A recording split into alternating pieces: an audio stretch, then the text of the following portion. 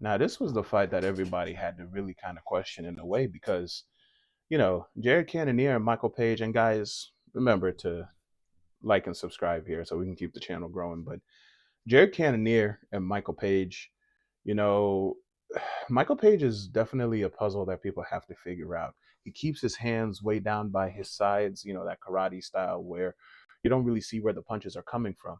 And then he kind of distracts you to a point where you're like, oh, this guy's not going to do anything. And ask Jared Cannonier what happened. He got put on the ground twice. He kind of got bored. He was like, nothing is going to happen. Boom, boom, on the ground. It just goes to show Michael Venom Page has a very special skill set. And I think the person that he would struggle with the most at 185 is definitely Israel Adesanya because of that boxing style. Israel can stay away from him. He can stay long, and it doesn't really have too much of a threat of going down to the ground. He's going to stand up and fight. And with his front leg being so weighed in front of him, he puts all that weight on his front leg just to shoot off that way.